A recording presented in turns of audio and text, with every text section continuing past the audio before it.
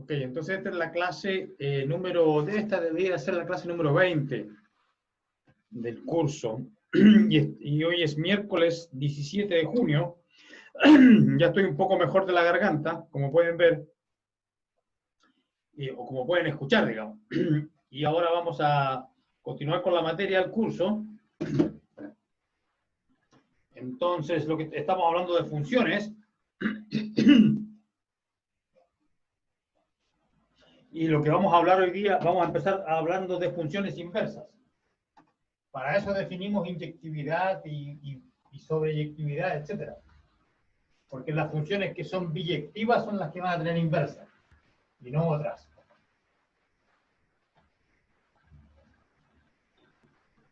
Entonces, mientras llega gente atrasada, vamos a limpiar la pizarra, lo mejor que se pueda.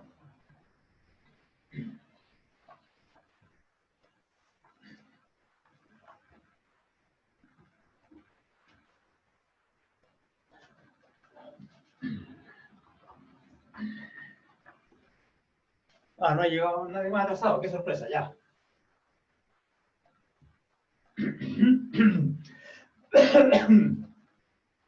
Entonces ahora vamos a empezar con funciones inversas.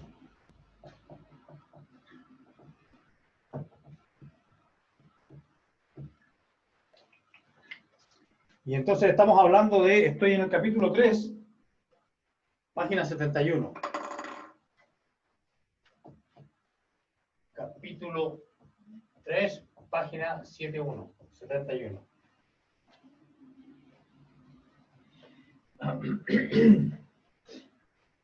Bien.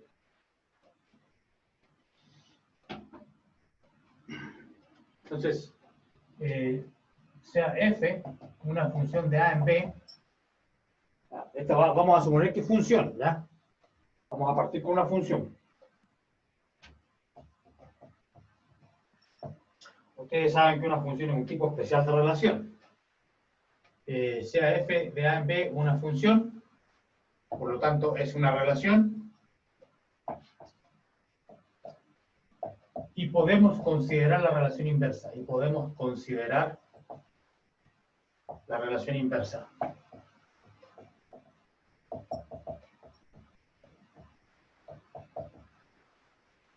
¿Ok? Y entonces, la relación inversa está definida de esta manera, son todos los pares. Hay que tener cuidado de dónde estamos trabajando, porque estamos trabajando ahora, en la F es una relación de A en B, así que es un subconjunto de A plus B. Y como estamos conociendo la inversa ahora, entonces tengo que cambiarlas, permutar las componentes. Así que son todos los pares ordenados en B cruz A, en el que A, B pertenece a esta relación F. Pero, ¿qué significa que A, B pertenezca a F?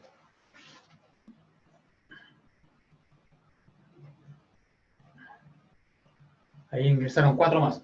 Entonces, ¿qué significa que A, B pertenezca a F? Significa que A y B están relacionados a través de F, es decir, que el B es F de A. Esa es la relación. Entonces, ¿qué significa esto? Es decir, F inverso de B, la F inverso va de B en A. Y que esta va a ser, F inverso de B va a ser A, si solamente si el B es F de A. Esa es la definición. Esto entonces es una relación. Podría no ser función, pues entonces la pregunta, ¿cuándo es función? Aquí está el teorema. Entonces,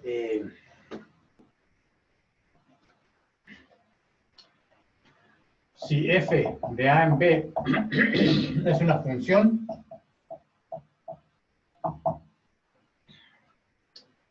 entonces la relación inversa que va de b en a es una función solamente cuando f es biyectiva.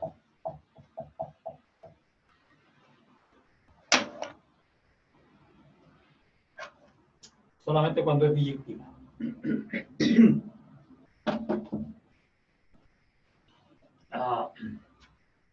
Entonces, veamos la demostración.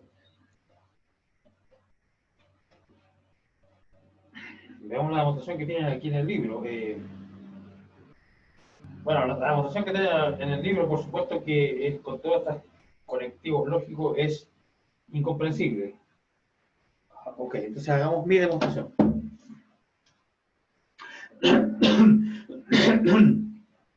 Entonces, demostremos suponer que, entonces aquí dice hay una equivalencia, entonces hay dos implicaciones. Recuerden que una equivalencia consiste de la implicación en un sentido y en el otro sentido. Entonces, vamos a suponer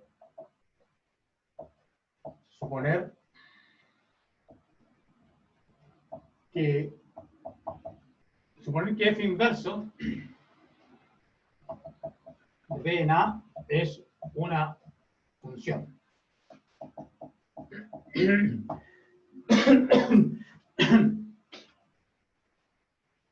Suponer que f inverso, come on, ahí está, entró. Suponer que f inverso de b en a es una función. En particular,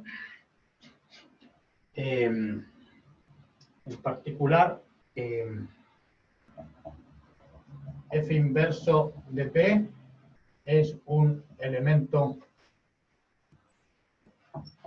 unívocamente, porque es una función. Supone que f inverso es una función, así que primero el dominio, de acuerdo a lo que dice acá, el dominio es todo b y el recorrido está contenido en a. No sabemos si es igual a, pero eso es lo que vamos a demostrar, que es igual. Porque tenemos que demostrar, ¿qué es lo que hay que demostrar? Lo que tenemos que demostrar es que la función f es biyectiva, entonces que el recorrido de f es todo b, eso es lo que hay que demostrar. Entonces, suponer que es una de las cosas que hay que demostrar y además que es inyectiva, ¿ya?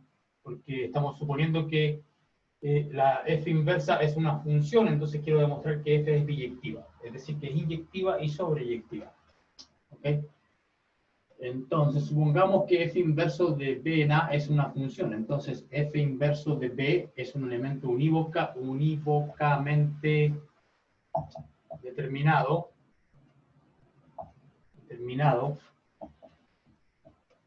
de a, particular existe, digamos, f inverso de b es igual a a. Ok, y le ponemos así, le ponemos ese nombre, ¿ya? ¿Y qué significa esto? De acuerdo a lo que tenemos acá, a esta equivalencia, entonces el P es igual a F de A. Por lo tanto,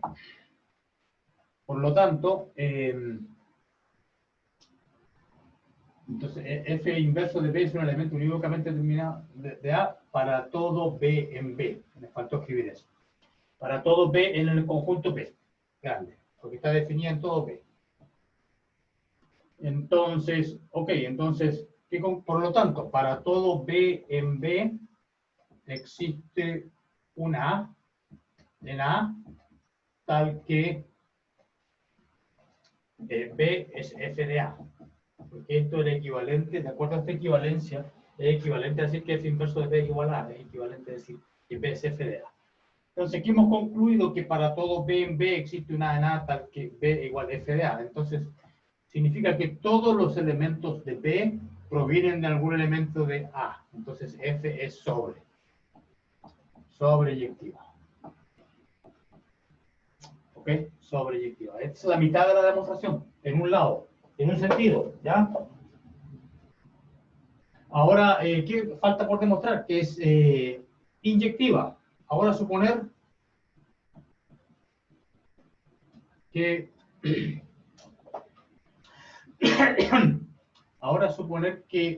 f de A1 es igual a f de A2.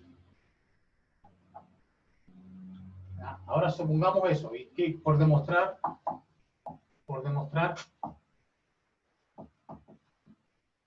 que A1 es igual a A2.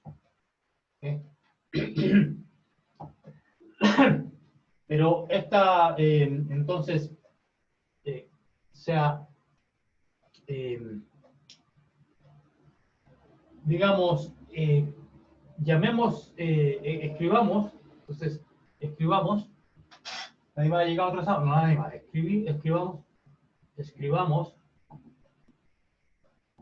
B igual a F de A1, que es lo mismo que F de A2.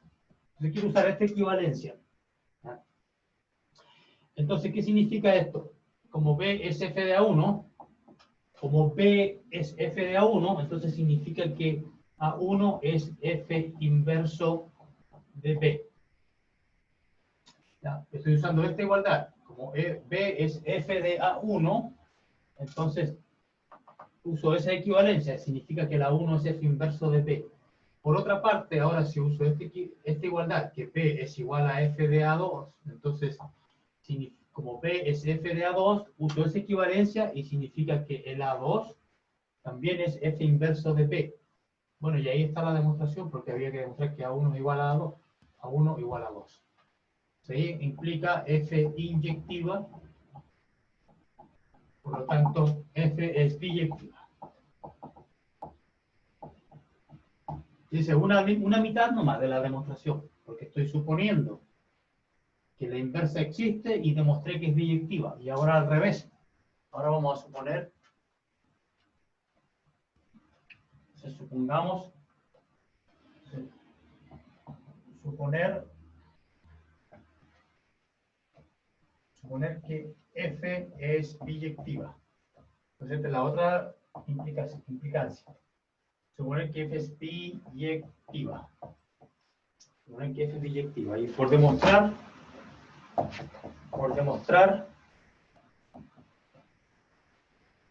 que F inverso de P en A es una función.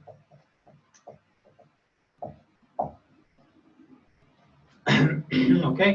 Entonces, recuerden que para que sea una función, tiene que estar unívocamente definido para cada elemento en B. Es decir, para todo B en B, F inverso de P es un único elemento en A. ¿Ah? Entonces, es el único elemento en A. Entonces, ¿cómo lo vamos a demostrar esto? Que es un único elemento en A. Como F es sobreyectiva,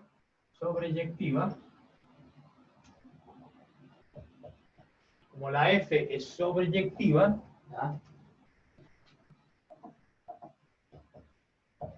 Para todo B en B existe porque como es sobreyectiva, me estoy tomando un elemento en B, proviene de algo.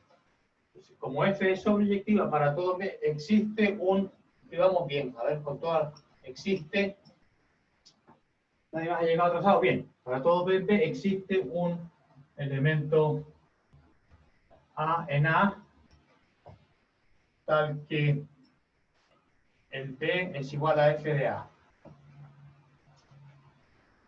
Por ser sobreyectiva. Y este elemento es único. Y este elemento A chico en A es único. Con esta propiedad. No hay otro. Con esta propiedad. Pues, si tuviéramos dos, si A1 y A2 están en A tal que el P vale F de A1 y F de A2, bueno, como el F es inyectiva, el A1 igual a 2, por ser F inyectiva. Entonces, es un único elemento.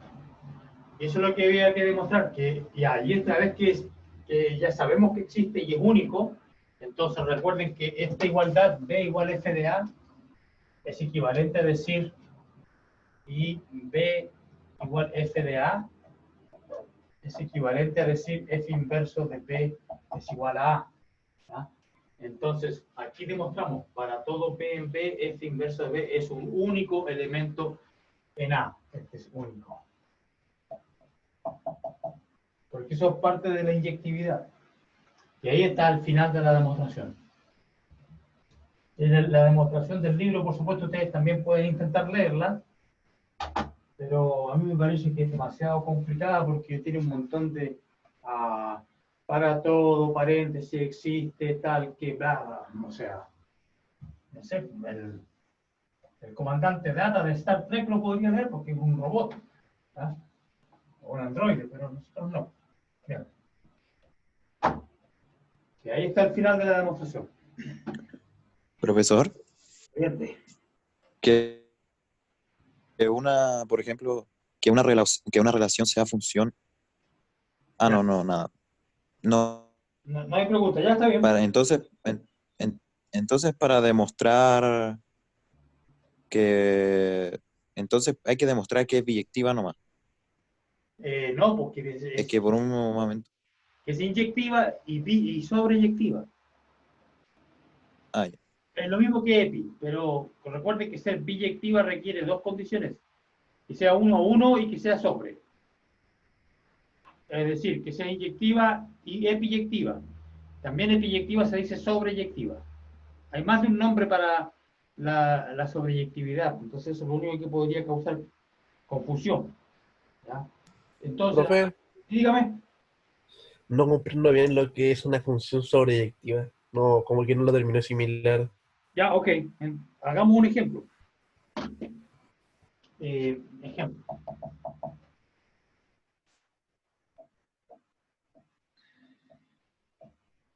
Oigan, Sí.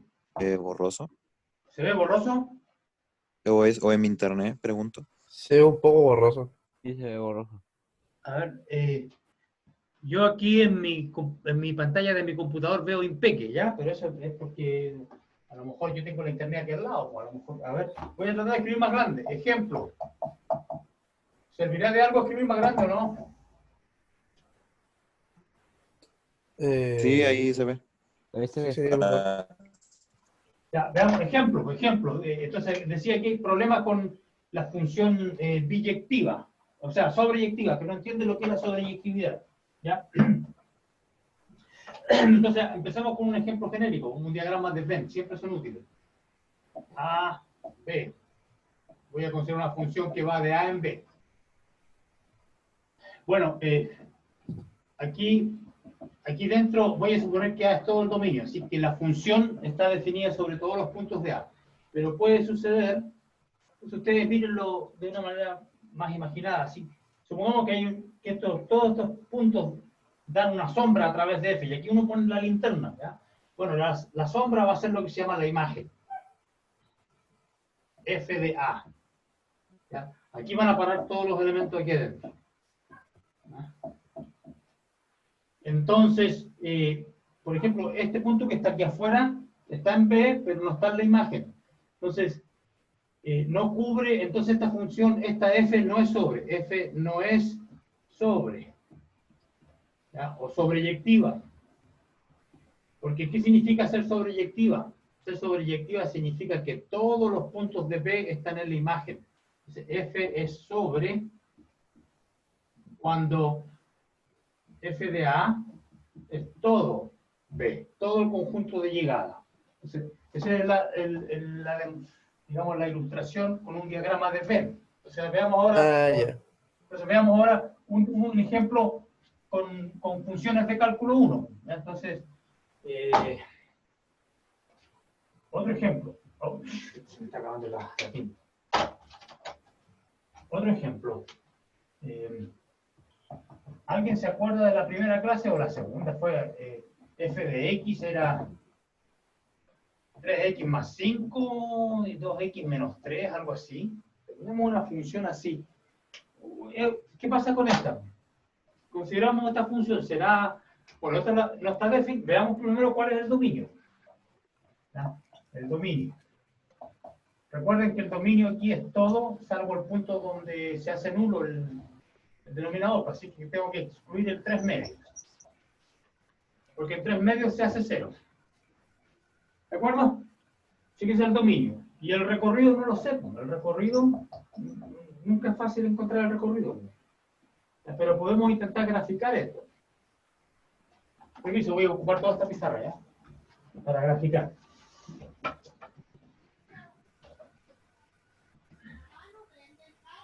Entonces ya sabemos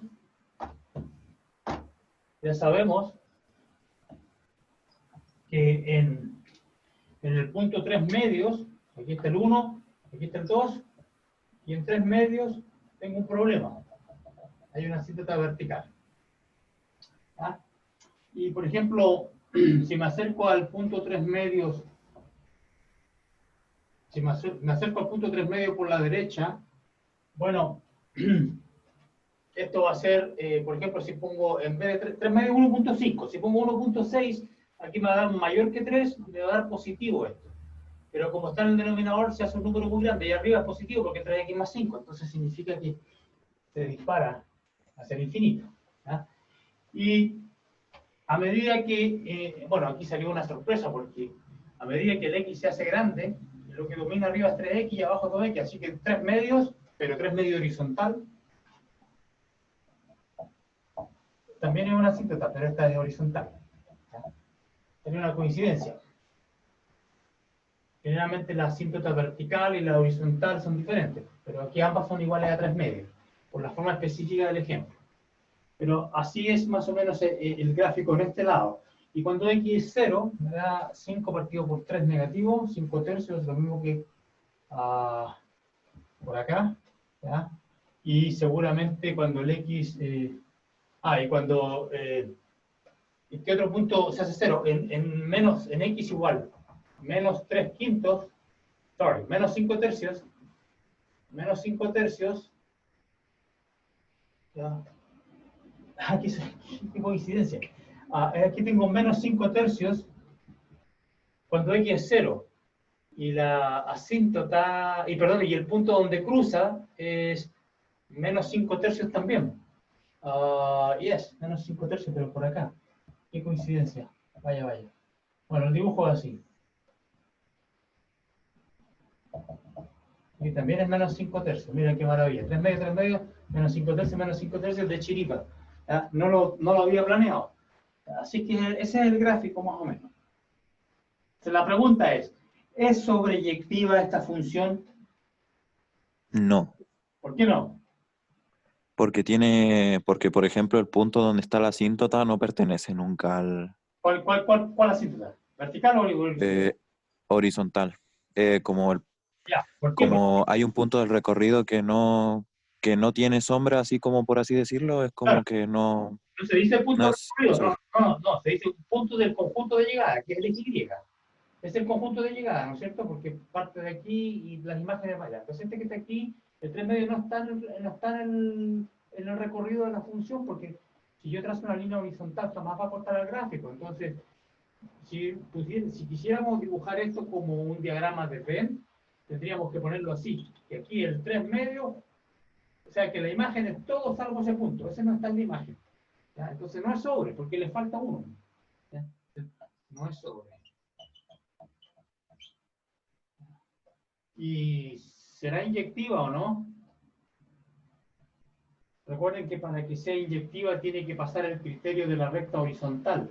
Y cualquier recta horizontal corta el gráfico en a lo más un punto. Bueno, esta no lo corta en ningún punto. Está bien, no viola el criterio.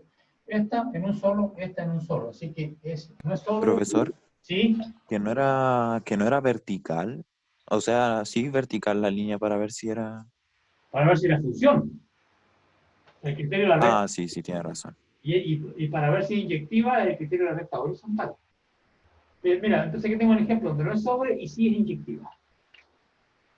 Entonces, pues, entonces, ¿qué significa? Entonces, podemos ahora vamos a restringir el recorrido para obligarla a hacer sobre. ¿Ya? Restringir el recorrido y definir f tilde, por supuesto que va a estar definida sobre su dominio, el dominio de la f original, ¿ya? Porque no está definida en 3 medios. Y se llama f tilde y no f porque no la voy a separar en todo R. Conjunto llegada a todo R, pero como quiero eliminar el 3 medios, que es la cinta horizontal. ¿Ya? Así que esta función es biyectiva. Porque es inyectiva, como lo vimos, y también ahora es sobre, porque lo restringí el dominio. Por lo tanto, de acuerdo al teorema, tiene inversa. ¿No? Luego tiene inversa. ¿Ya? ¿Y cuál será la inversa? Bueno, hay que encontrar la fórmula. ¿No? Tiene inversa, vamos a encontrar la fórmula. Tiene inversa, y entonces para encontrar la fórmula, entonces la inversa, a propósito, la inversa, recuerde que este A y este B, la inversa parte de B en A. Son el mismo, pero es por coincidencia, porque justo en mi ejemplo salió una coincidencia. ¿Ya? Ok, so, Y igual 3x más 5 partido por 2x menos 3. ¿Cómo calculo la inversa? Cambio de x por y y trato de despejar y, ¿no es cierto? Ese era el truco. Voy a trabajar acá. Ok, so, aquí entonces tengo, esto implica 2y menos 3 por x igual 3y más 5. Y entonces aquí tengo, recuerda que tengo que despejar de y, entonces tengo aquí 2x por y menos 3 por y igual 5 más 3x. 5 más 3x. Y entonces aquí la y es 3x más 5 dividido por 2x menos 3. Ah, es la misma, ¿eh? Así que tiene una función súper chora, es inversa. Y es igual a sí misma. Y puede suceder. Tiene inversa. Entonces, ¿qué pasa con este tipo de ejemplos? Ah, otra cosa. Una observación. Ahora sí voy a borrar porque ya no necesito este dibujo, ¿ya? Es una observación general. Entonces, observación general. Independiente del ejemplo, pero después lo vamos a ver en el ejemplo. Observación. Si f de A en B es biyectiva, ¿de acuerdo? Entonces, si f de A en B es biyectiva, entonces posee inversa. Función inversa, ¿ya? Función inversa que va de B en A. Y se tiene, ¿qué pasa si yo hago f de f inverso de B? Recuerden ustedes recordar que f inverso de P es igual a A, sí, solamente sí, con esto empezamos la clase, f de A es igual a P. ¿Ya? Esa fue la definición. Entonces, si a este f inverso de B le llamo A, entonces esto va a quedar f de A. Estoy usando esto. Pero ¿qué f de A es B? Ah, entonces f de f inverso de B es B. Oh, entonces ¿qué significa eso? Que f compuesto con f inverso es la identidad. Pero la identidad, ¿en cuál conjunto? Bueno, que la f inverso está definida en B. Así que es la identidad en B. Y similarmente, si yo compongo al revés, llegó alguien atrasado, 2 personas.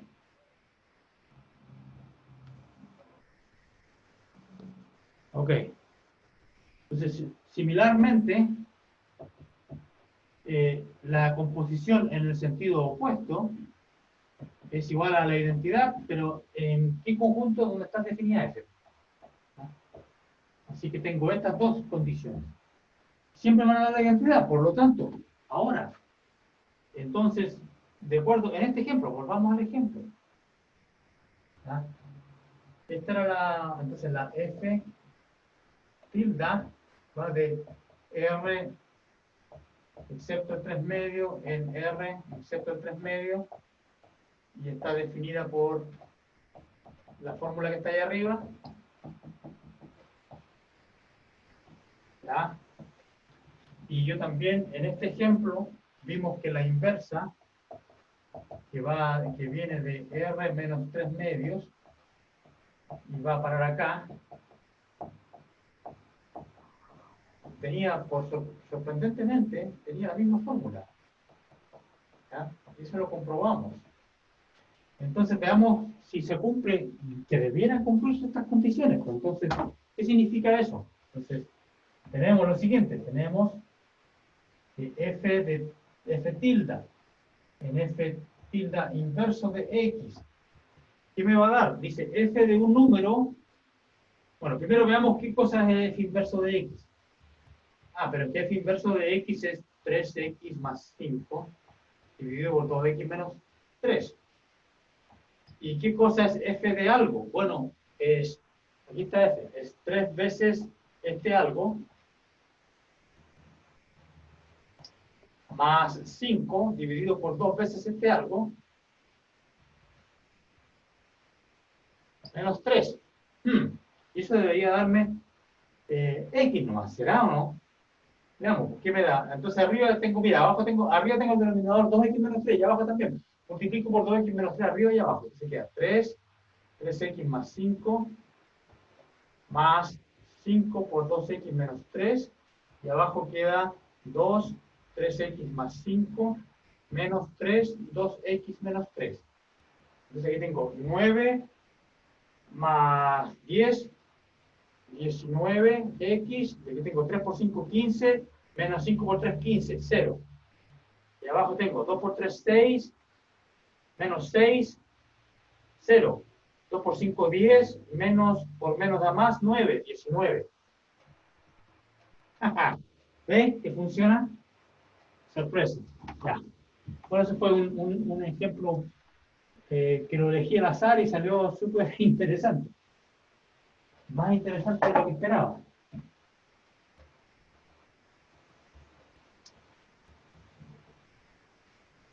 Entonces, ustedes podrían, no sé si les interesa, pero podrían hallar todas las funciones de esta forma. ¿Ah? Entonces, ejercicio para los interesados. Hallar todas las funciones f de x igual a x más t, cx más t. Estas dos no están definidas. Esta está definida R, excepto donde se hace 0.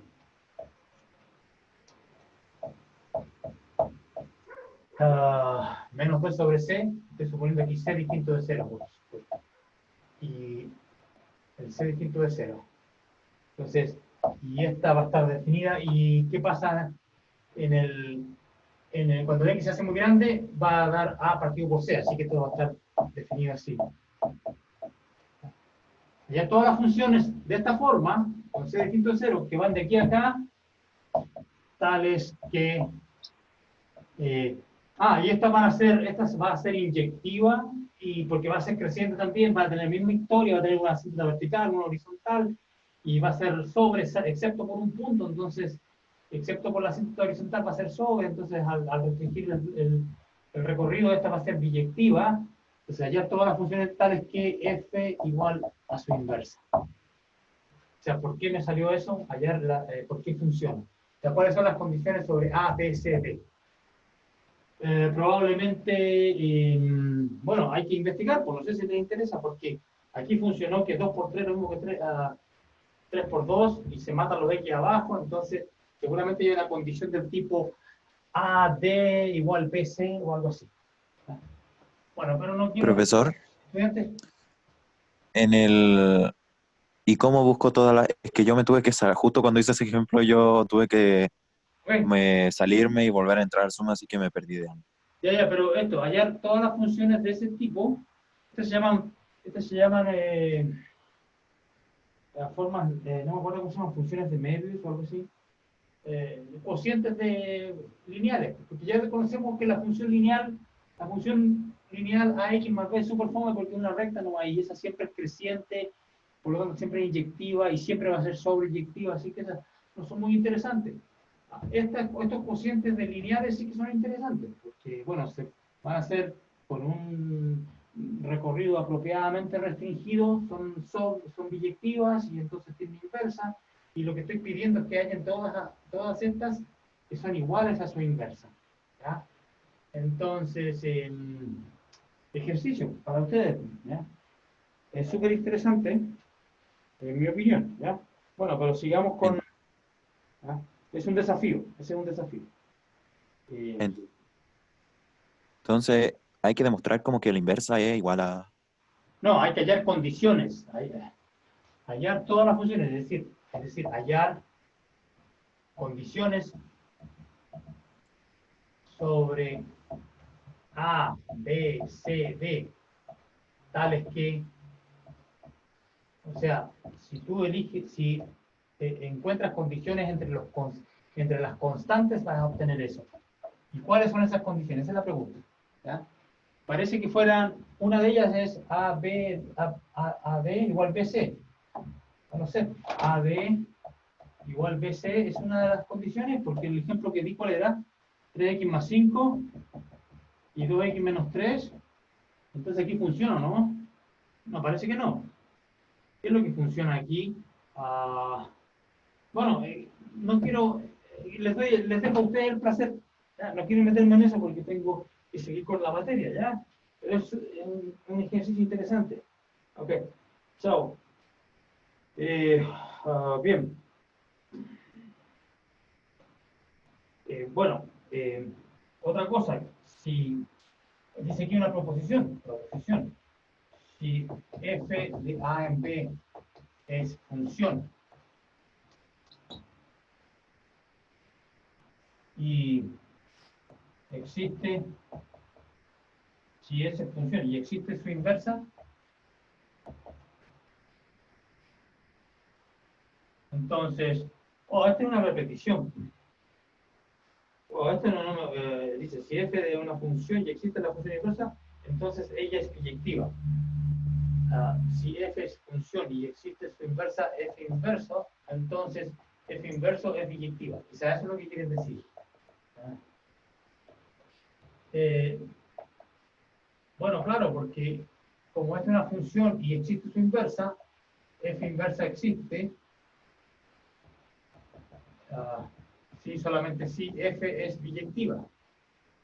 Ese fue el teorema. Entonces estoy suponiendo, dice, si f de a en b es una función y existe su inversa, por lo tanto tiene que ser biyectiva. Entonces, por demostrar que f inversa como existe, pero también es biyectiva. También es biyectiva.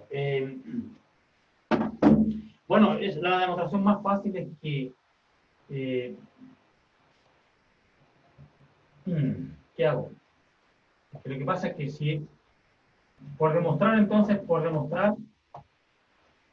la inversa de la inversa existe, porque si existe va a ser biyectiva, por el teorema. Ya, pero es que esto es f. Así que es una demostración rápida esta. F inverso inverso, haciendo trampa, entre comillas, para no hacer la demostración de nuevo. Esencialmente, entonces, si una función f es biyectiva, tiene inversa, la inversa también es biyectiva, porque la inversa de la inversa es la original. ¿No? Y existe, y es función. Entonces ahí tengo esa propiedad también. Y esto de tomar inversa es una operación que se llama una involución. O sea, se aplica dos veces y vuelve al lugar de partida. Ok.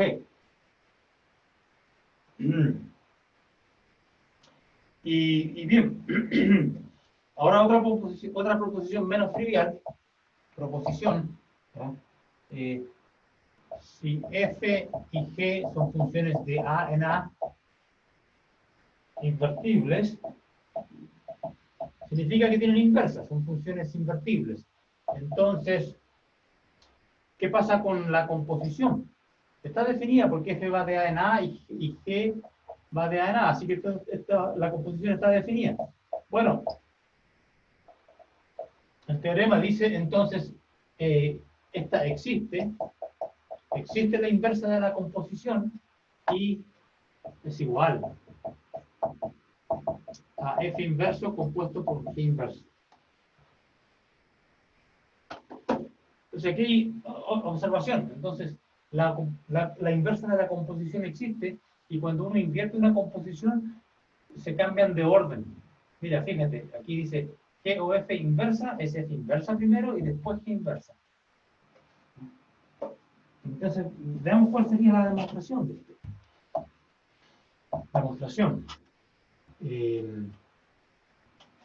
La demostración de esta aceleración. Entonces, bueno, probaremos que G compuesto con F, compuesto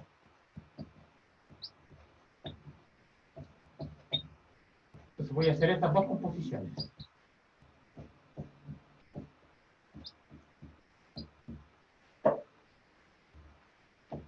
Voy a hacer estas dos composiciones porque, vamos a ver que esto me da la identidad, esta composición. Porque esto es G compuesto con F, compuesto con F inverso, compuesto con G inverso. ¿Ya? Porque habíamos visto que la composición era asociativa, esa fue la clase de ayer. Y F compuesto con F inverso es la identidad de A. Bueno, pero G compuesto con la identidad, recuerden que la identidad es un neutro para la composición. Me da eso, pero esto me da la identidad de A nuevamente. Así que me da la identidad de A. Y a la inversa también. Se puede demostrar que en el sentido opuesto, que esto también me da la identidad de A. Entonces aquí tengo el siguiente lema. Lema es como una proposición, pero auxiliar, que se usa para demostrar algo más importante, en este caso la proposición. El lema, si F, no lo llamemos F para evitar confusión, ya si H de A en A es una función y existe otra función f, g, h, se me acabaron las letras. Existe otra función, lambda. Vamos a leer una letra, no la L, h, j. Podríamos ponerle j, ¿no? Pues da lo mismo. O sea, h una función. Si h de a en a es una función y existe otra función, lambda, de a en a, tal que h compuesto con lambda es la identidad y lambda compuesto con h también es la identidad, entonces h es invertible y lambda es su inversa.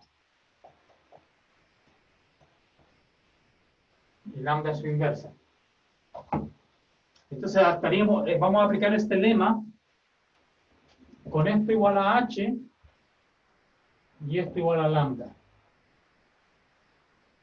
¿Sí? Porque entonces se cumplen estas condiciones.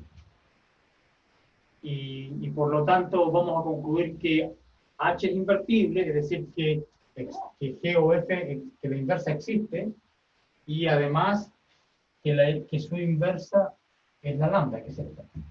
Así que con este lema basta. Entonces la demostración, ¿cuál sería la demostración?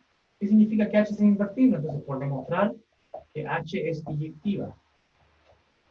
¿Ya? Porque si es biyectiva, entonces existe la inversa, es invertible. Y que lambda y su inversa van a seguir de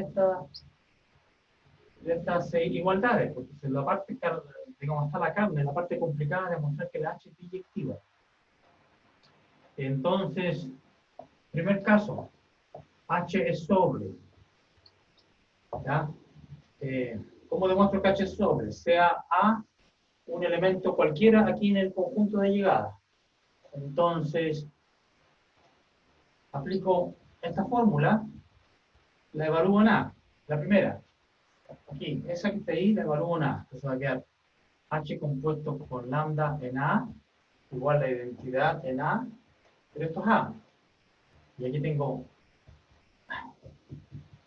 Y entonces existe. Me dio un elemento A cualquiera aquí y existe un elemento en el conjunto de llegada tal que h de ese elemento me da. Así que esto que está aquí implica que H sobre. ¿Ya? Y este elemento se llama la preimagen de A. O sea, aquel elemento de A que va a parar al elegido. Así que ahí H sobre 2. Entonces, ahora, ¿cómo demuestro que es inyectiva? Si H de A1 igual H de A2, entonces le aplico lambda a ambos lados. Lambda de H de A1 es igual a lambda de H de A2, pero que lambda compuesto con H, entonces ahora aplico la segunda de las identidades. Lambda compuesto con H es la identidad, entonces esto da A1 igual a 2. Por lo tanto, H es 1 a 1, inyectiva. Y es biyectiva, por lo tanto, existe la inversa. Existe la inversa y lo que pasa es que una vez que la inversa existe, la inversa está unívocamente determinada por estas relaciones. O sea que la inversa que yo estoy buscando, h a la menos 1, es la única función que acepta, que tiene esta propiedad. Por lo tanto, la h inversa tiene que ser la lambda, que tiene las mismas, satisface las mismas condiciones. ¿Ya? Ok, ¿y por qué h inversa es la única que hace esto? ¿Por qué es la única? Bueno, porque uno podría hallar dos, o suponer que existen dos. Entonces aquí ya se termina la demostración de la proposición. Por eso voy a borrar, porque el lema concluye la demostración. Por eso voy a borrar aquí. Ok, entonces, ahora, ¿por qué? Entonces, probar que h inversa es la única función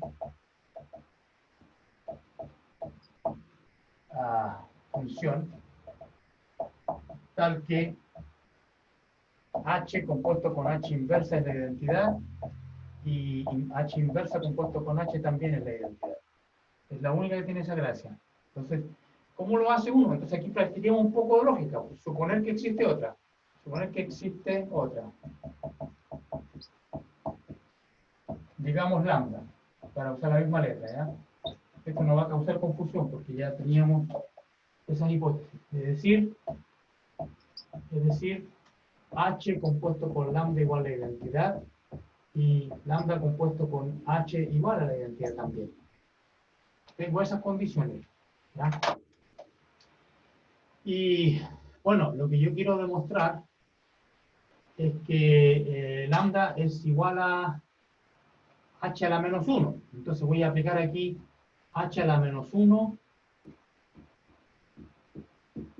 Bueno, aquí va a quedar h a la menos 1 compuesto con la identidad. Estoy diciendo, este igualdad nomás.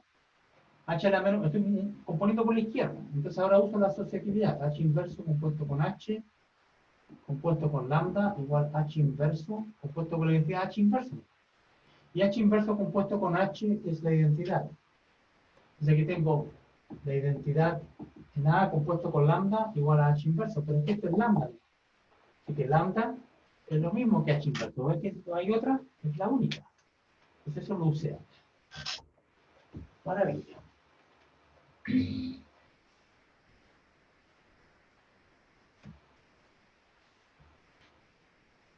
Bien, entonces ya hemos definido lo que es la inversa, los teoremas principales, cómo se comporta la inversión con respecto a la composición, y ahora vamos a definir, ¿y para qué sirve esto? ¿Para qué sirven todas estas cosas? ¿Por qué estamos definiendo estas cosas tan abstractas? Voy a buscar otro lápiz, ¿ya?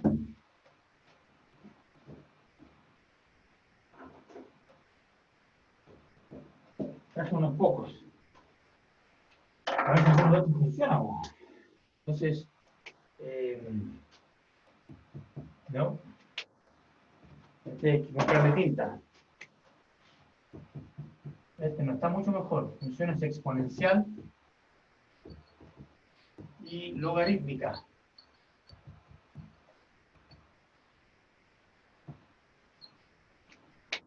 Este también necesita un repaso. Función exponencial y logarítmica. Entonces vamos a definir la función exponencial. Función, y función exponencial. No, este no se ve mucho, yo creo, ¿no? Lápiz verde no creo que funcione mucho para la cámara. Ya, sigamos. Función exponencial. Este no está tan malo. Función exponencial. Partimos con la función exponencial. Definición.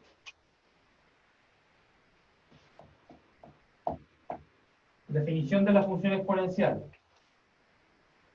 Sea a distinto de 1. Esa va a ser la base de mi función exponencial. Distinto de 1 y mayor que 0. Sea un número positivo, real, positivo, estricto y distinto de 1.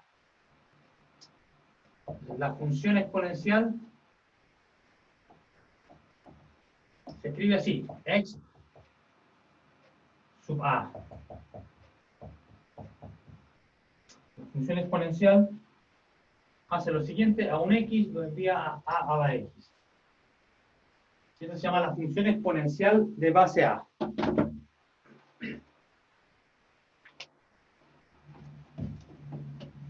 Bueno, ya hemos visto un ejemplo de estas funciones. Es cuando calculamos la cardinalidad del conjunto potencia, ¿se acuerdan? Que era 2 a la n. Este ejemplo. Hagamos un ejemplo concreto. Ejemplo.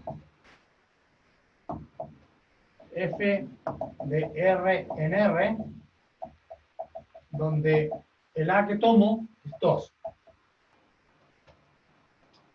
El A igual 2 es distinto de 1 y es positivo, así que estamos bien. Tratemos de graficar esta función.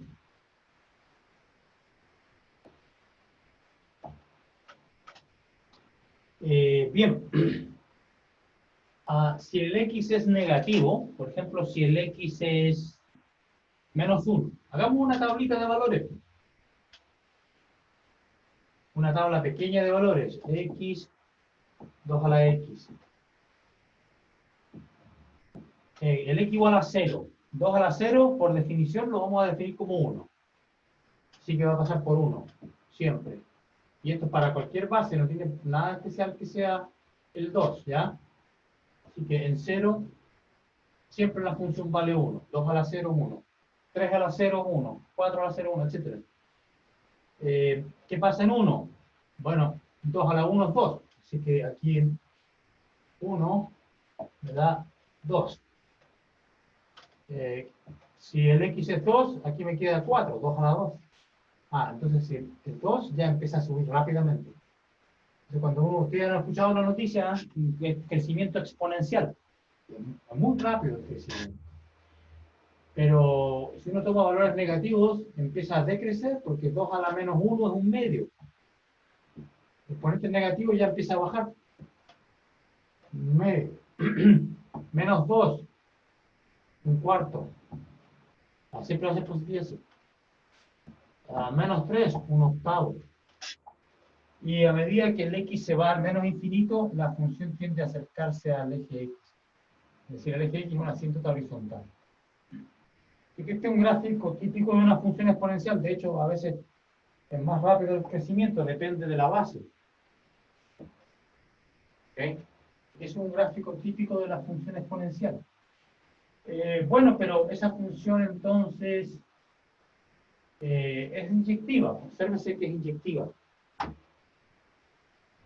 Entonces, la función exponencial es inyectiva. Siempre. Que pasa el criterio de la recta horizontal. Porque el gráfico de A a la X es más o menos parecido a este. Si el A es mayor que 1, sí. Pues, si el A es menor que 1,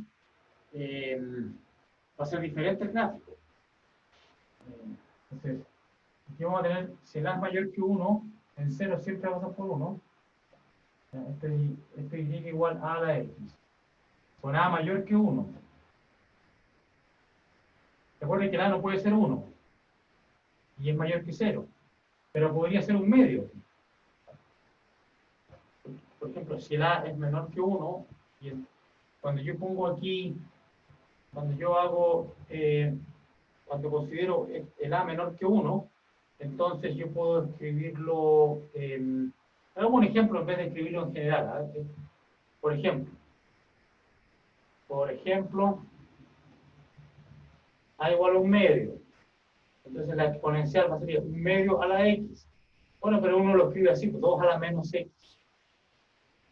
Entonces, a medida que el x crece, el exponente es negativo, entonces ahora la asíntota vertical, perdón, la asíntota horizontal se cambió de lugar, no está a la izquierda, está a la derecha. Nuevamente pasa por 1, siempre. A medida que el x es negativo, el menos x es positivo, entonces hace esto. Esta es la función exponencial con exponente menor a 1. Y esta es la que más uno usa, es esta, las que son con exponente mayor a 1, pero ambas son válidas. Lo importante es que ambas son inyectivas, porque cualquier recta horizontal, se supone que es horizontal, ¿ya? Cualquier recta horizontal corta en exactamente un punto, a lo más un punto, porque el eje X es una recta horizontal que no corta ningún punto, y esto tampoco corta ningún punto, pero eso no viola la inyectividad, ¿ya? Entonces estas funciones son inyectivas, pero no son obviamente que no son sobreyectivas, porque ahí los y negativos nunca van a estar en el recorrido, ¿ya? Entonces, pero ya sabemos cómo se repara ese problema. Definimos simplemente, le restringimos el recorrido. Entonces, considerar a la x, que está definida en todo R, o sea, el dominio es todo R, pero le vamos a restringir el recorrido. El recorrido no va a ser todo el eje Y, sino es 0 infinito.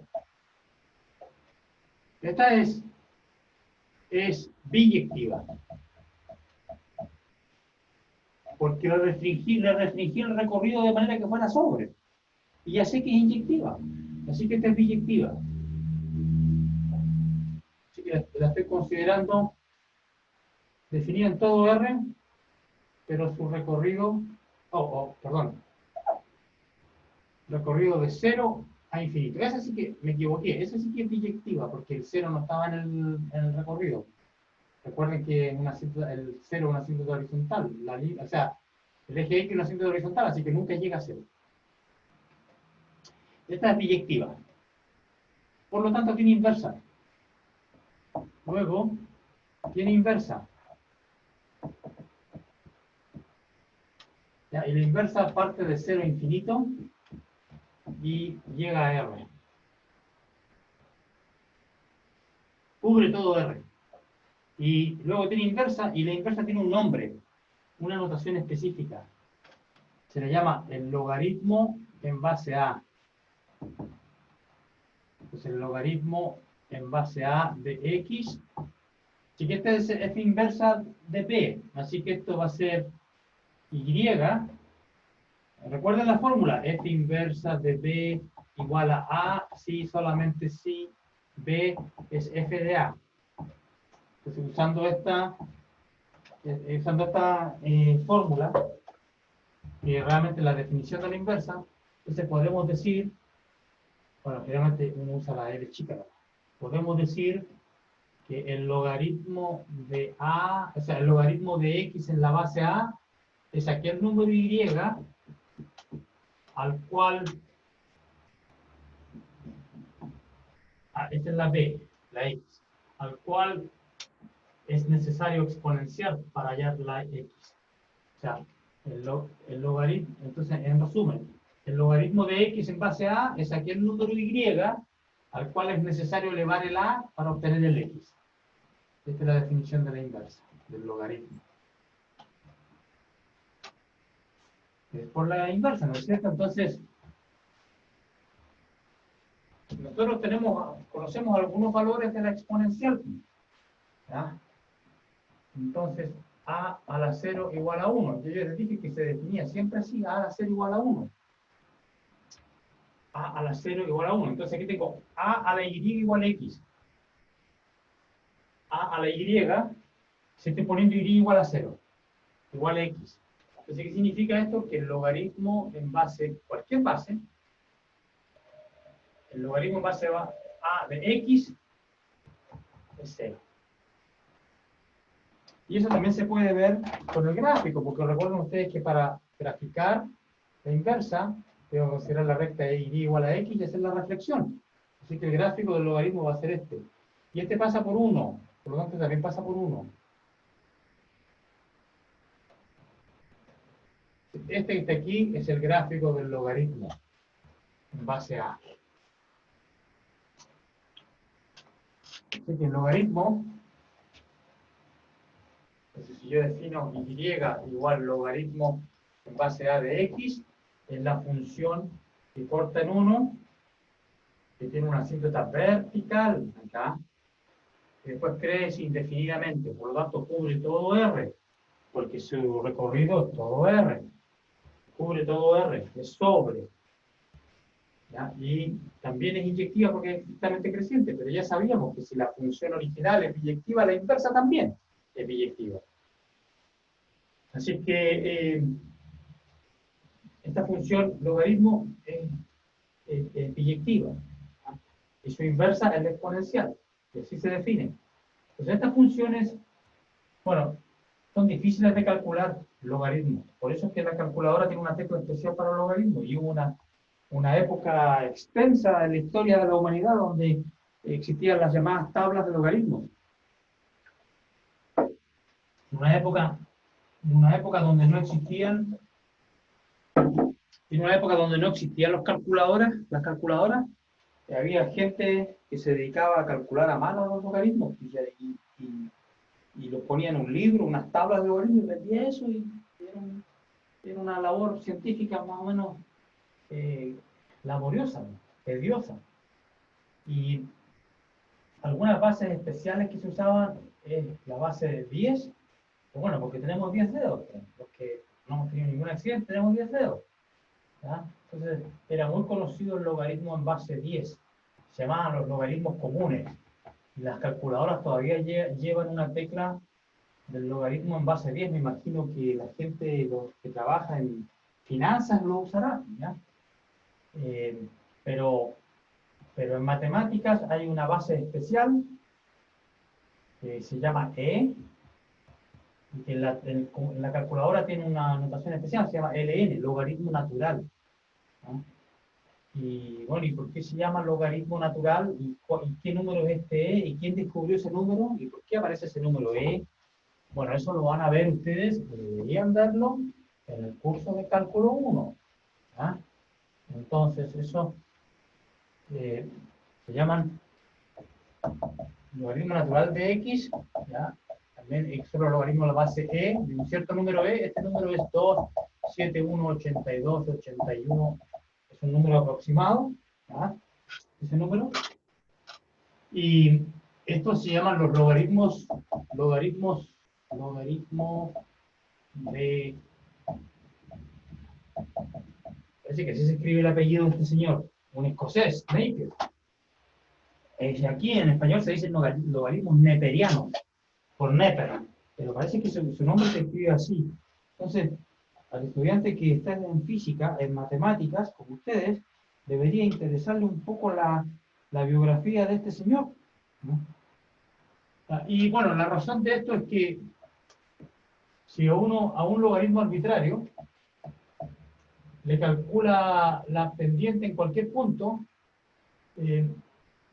estas pendientes tienen una fórmula. Digamos, son un cierto número, no le pongamos eso, pongámosle C, un cierto número partido por X.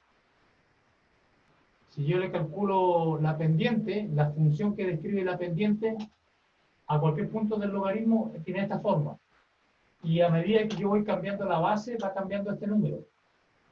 Y para yo obtener este número igual a 1, para que la pendiente tenga esta forma, el número que necesito es este, SL. ¿Okay? Entonces, por eso es importante eso. Entonces, aquí estoy en Google y voy a meterme a encontrar, a ver, Napier logaritmo. Aquí está, logaritmo de Napier. John Napier, matemático escocés. Y este hombre vivió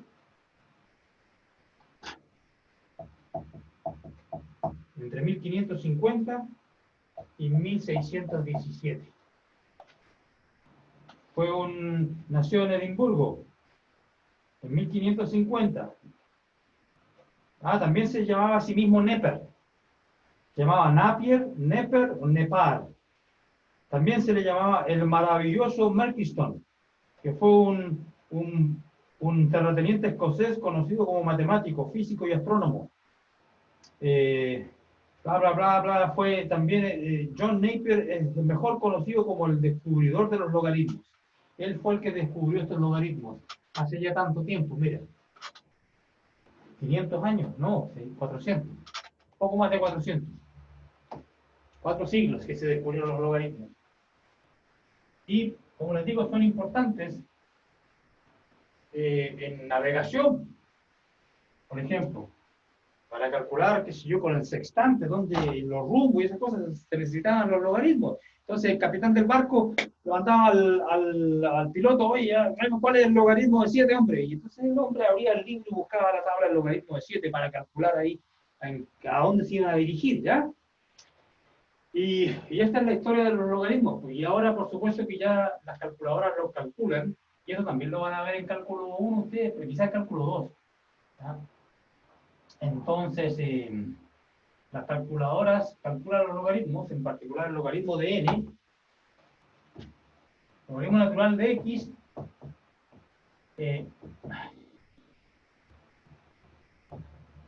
no me acuerdo, a ver, parece que ya me acuerdo cuál era la serie. Hay una serie de potencias, no me acuerdo si esa, algo así, ¿no? Bueno, ya, esto es porque no estoy enseñando cálculo, ya me olvidé cuál es la serie de potencias para el logaritmo. Pero hay una aproximación, una serie, un polinomio infinito. Y esto recién fue descubierto en 1715 por Taylor. Ustedes van a ver series de Taylor en cálculo 2. De ahí van a poder calcular el logaritmo usando esta serie. De hecho, cuando ustedes toman la calculadora y aprietan logaritmo de 7, logaritmo natural de 7, lo que hace la calculadora, calcula una cierta cantidad de términos, por supuesto que no infinito, para en algún momento y le pone x igual a 7 y ahí le da el valor. Así que estas series son extremadamente útiles. Eran fundamentales para poder desarrollar los calculadores. Las calculadoras electrónicas. Pero pasaron, ¿cuánto? A ver, más de 250 años para que existieran las computadoras a partir de lo que hizo Taylor en 1715. La primera computadora de los años 40, durante la guerra, ¿ves? Bueno, entonces historia de las matemáticas. Sigamos. Tenemos otras cosas más que discutir. Bueno, pero ustedes que están en física, en matemáticas, debería interesarles este tipo de cosas históricas.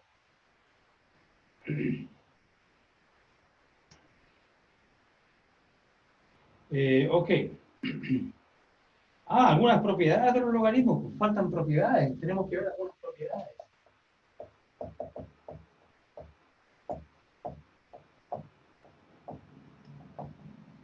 Ya definieron los logaritmos, pero no hemos visto nada de ellos. Que no sabemos nada de los logaritmos. Pero, ¿qué pasa si yo... ¿Qué pasa si yo multiplico dos exponenciales? ¿Cuál es el resultado? Más bien salvo, ¿no?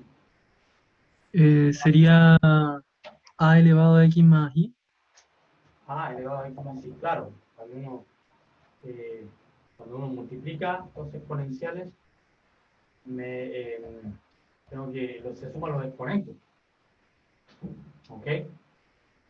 Entonces, ¿cómo deduzco yo una propiedad de los logaritmos a partir de esto? Porque recuerden que los logaritmos es la inversa. Entonces, recuerden ustedes además que el logaritmo en base a de x es y, donde y es aquel número al que hay que elevar a para obtener x. ¿Ya? Entonces, ¿qué pasa si yo quiero calcular el logaritmo de un producto? Bueno, no puedo usar la letra Y porque la estoy usando acá, ¿no es cierto? Pero la idea es que hay que abstraer la letra, entonces aquí pongamos el Z. Logaritmo en base a de x por y es un z, y ese z tiene la gracia que cuando yo elevo la a al z, me da x por y, porque estoy usando esta definición nomás. ¿No? Ok. Ya, pero el x, por otra parte, el x es... aquí entonces tengo un problema porque las letras ya se me están confundiendo. A ver, mira, para solucionar el problema, vamos a cambiar. A ver, pongamos aquí. U, B. Y así nos evitamos cualquier problema. Esta es la letra U y la B. Bueno, lo importante es la definición, la relación que existe entre la exponencial y el logaritmo, haciendo abstracción de las letras. Ok. Entonces, ahora x, poniendo U igual a x. Entonces, x es a... Bueno, no la tengo. Entonces, aquí voy a tener a la... O sea, debería tener un poco de cuidado. Entonces, aquí vamos a poner... También lo puedo escribir así, mira. Esto es... U es a la b, pero el b es el logaritmo.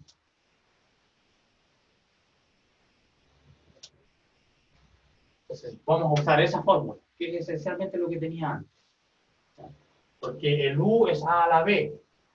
¿Ya? Entonces, u es igual a la b. ¿Qué cosa es b? El logaritmo. Entonces, tengo esta relación. Entonces, este x que está acá, yo lo puedo poner aquí, pues, u igual a x. Entonces, va a quedar x a la logaritmo en base a de x. Sí, porque esencialmente lo que esto dice, estoy usando esta fórmula, que f de f inverso es la identidad. ¿Ya?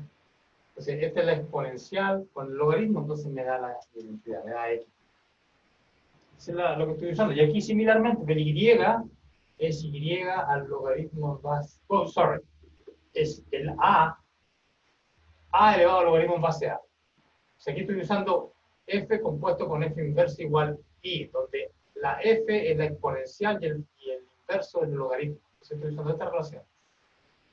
Entonces, aquí voy a poner u igual a x. X igual a elevado al logaritmo en base a de x. El y es a elevado al logaritmo en base a y. Ya, pero ya habíamos visto que cuando uno multiplica dos exponenciales con la misma base, se suman los exponentes. ¿Ok? Se suman los exponentes. Entonces, ¿qué concluyo? Que esto es lo mismo que esto. Entonces el z, pero es que el z era el logaritmo en base a de x por y. El logaritmo en base a de x por y es el logaritmo en base a de x más el logaritmo en base a de y.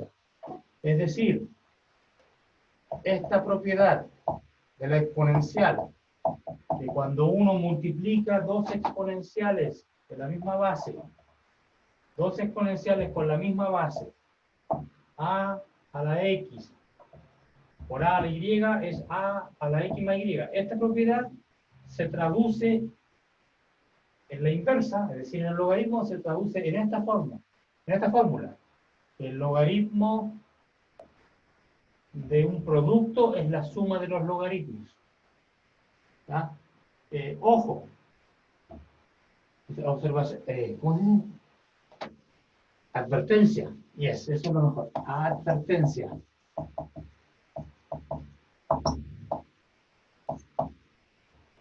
Esta advertencia la hago porque este error lo he visto, he sido profesor como 30 y no sé cuánto, 35 años. Y este error lo he visto como unas 50 veces a lo largo de toda esa carrera.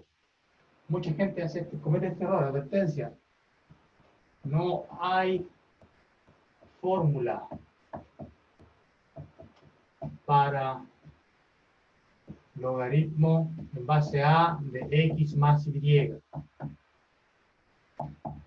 No hay.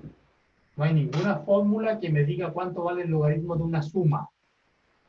Allí he visto variantes de fórmulas del tipo este.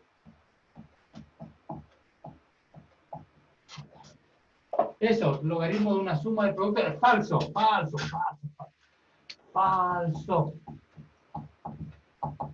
¿Ya? Así que, logaritmo de una suma, bueno, no podemos hacer nada. Un logaritmo de una suma no es nada, no hay ninguna fórmula para el logaritmo de una suma. Entonces hay que tener mucho cuidado. No equivocarse. El logaritmo de un producto sí tiene fórmula. Es la suma de los logaritmos. Y corresponde a esta propiedad de la exponencial.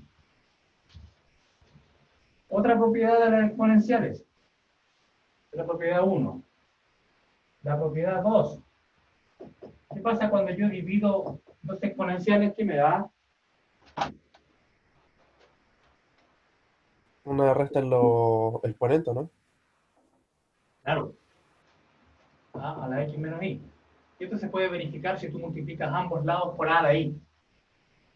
Si multiplicas por a a la i a ambos lados, aquí te da a la izquierda te da a la x, y aquí te da a la x menos i por a a la i, se suman los exponentes y te queda a la x igual a la x. Está bien, es cierto.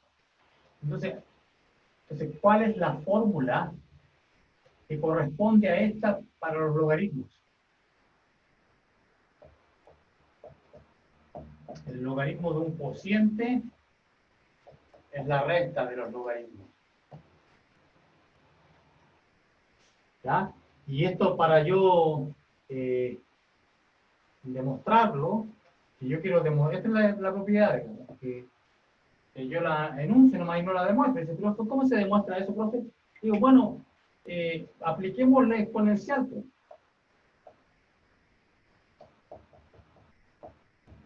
¿Qué pasa si yo aplico la exponencial? Bueno, como la exponencial es biyectiva, entonces si yo tengo que esto vale algo, entonces la inversa, etc. Hagámoslo mejor, en vez de hacer una frase incomprensible, veamos qué sucede cuando yo a esta igualdad le aplico la exponencial.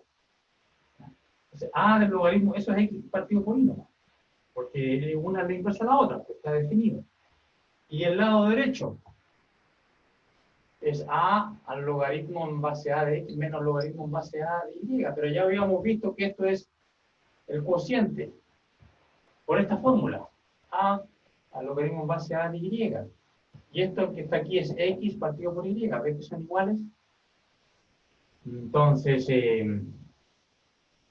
eso subyace esta identidad. Nuevamente, no existe ninguna fórmula para el logaritmo, para el cociente. ¿Ya? No hay ninguna fórmula. Errores similares a ese he visto en mi vida, y esto entonces no hay ninguna fórmula, no hay nada que hacer aquí. ¿Qué otra propiedad de las exponenciales conocemos? Pues el producto de exponenciales, un cociente de exponenciales, y bueno, y nada más, a ver. ¿Y qué pasa? ¿Y qué pasa ahora si yo cambio la base? Porque eso sería algo interesante. ¿Qué pasa si yo considero dos exponenciales de distinta base?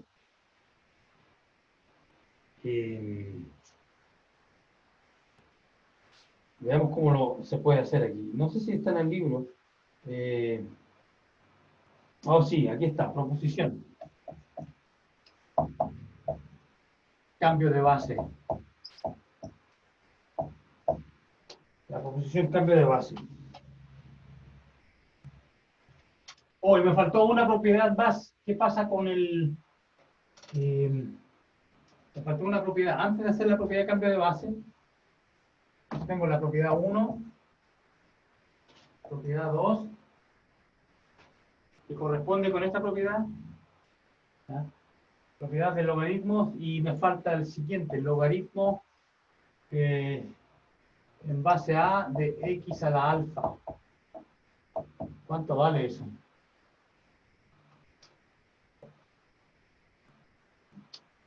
Donde el alfa está en R. Alfa en R. ¿Cuánto valdrá eso? Bueno, hay que buscar la propiedad correspondiente. Hay que buscar la propiedad correspondiente en las exponenciales. Entonces, ¿qué pasa si yo elevo una exponencial a la alfa? ¿Cuánto me da eso? Por ejemplo, si yo quiero elevar una exponencial al cuadrado, la x al cuadrado, ¿qué pasa con los exponentes? Se multiplican, ¿no es cierto? Ya, entonces, a esta propiedad de las exponenciales le corresponde la siguiente propiedad de los logaritmos.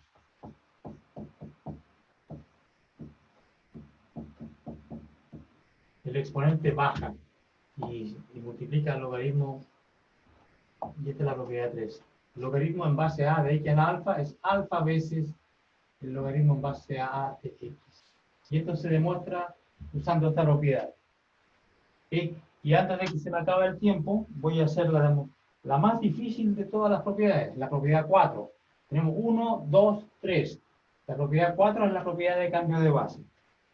Y esa es la más complicada. Y aquí lo ponen como ejercicio para el lector. ¡Oh, qué malvados! ¿Ya? Entonces, lo que yo quiero hacer es la propiedad teorema de cambio de base.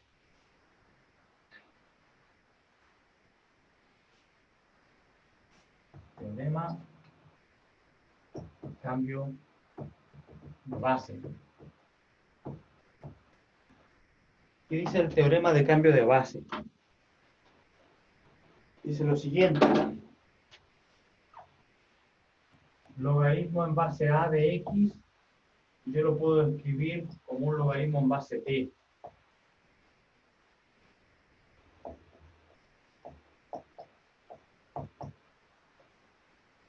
Ahí está. Entonces, aquí tengo a la izquierda un logaritmo en base a de x y aquí tengo puro logaritmo en base t.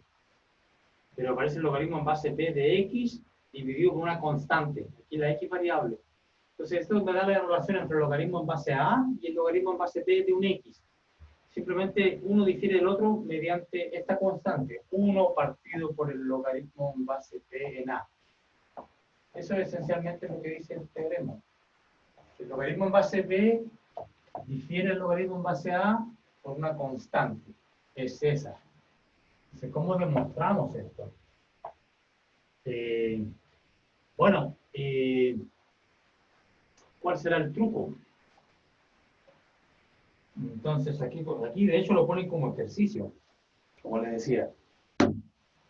Entonces, veamos, tengo una exponencial en base. Entonces, digamos, el logaritmo en base a de x vale y, si solamente si a de y vale x. Esa es la definición del logaritmo en base a. ¿Ok? El logaritmo en base a. ¿Y qué pasa con el logaritmo en base t? Que quiero compararlo con el logaritmo en base b. Este es z, si solamente si b a la z igual x.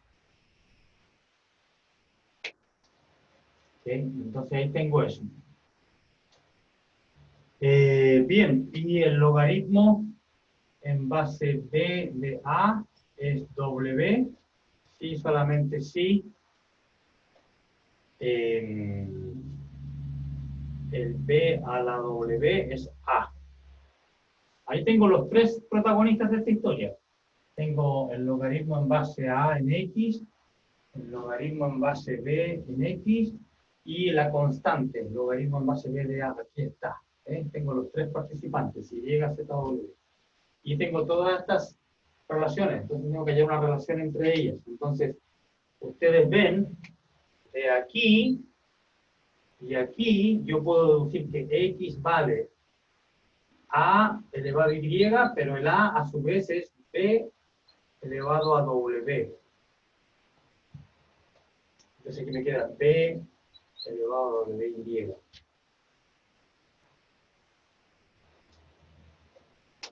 Ok. Entonces, pero el x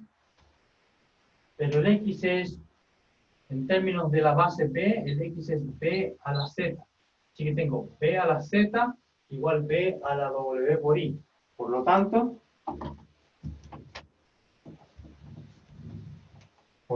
¿qué concluyo? Que el z vale w por i. Es decir, el z, que era el logaritmo en base B de X es W, que era el logaritmo en base B de A por Y, que era el logaritmo en base A de X. Y esto es equivalente al teorema, porque entonces ahora despejo esto. Entonces, esto implica que el logaritmo en base A de X va a ser esto dividido por este. Logaritmo base B de X dividido por logaritmo en base B de A. Y ahí está la demostración, ¿ves? Teorema. Bien, 3 minutos. Fue un placer. Nos vemos la próxima semana. Profe. Diga.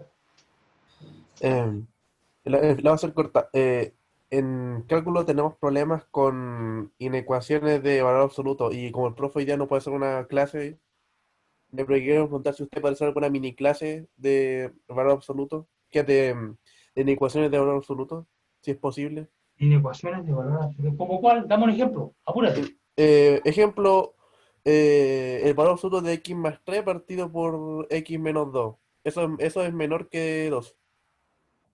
¿Eso? Sí, cosas de ese estilo, pero ya Ya. después con... Por ejemplo, así. No, esto es valor absoluto. Eso. Toda la fracción. Toda la fracción Sí, es valor absoluto. Eso. sí. Entonces esto es equivalente. Claro, de ese estilo. Entonces esto es equivalente a decir esto. ¿No es cierto? Entonces tienes que resolverlo por dos pedazos separados. Entonces primero así. X más 3, X menos 2 menor que 0. Y aquí te va a quedar un cociente. Nuevamente, te va a quedar X más 3 menos 2 veces esto, X menos 2 partido por X menos 2, un cociente. ¿Ya? Entonces, hay que saber cómo resolver así este tipo de cosas primero. Primero tenéis que, antes de valorar, porque este tipo de desigualdades ocurren cuando uno hace valor. Bueno, después lo podemos ver ya porque se me va a acabar la hora. Dígame. Corte la grabación para que no se le pierda. Sí, pues eso es lo que quiero hacer. Pausar la grabación. No sé si no se me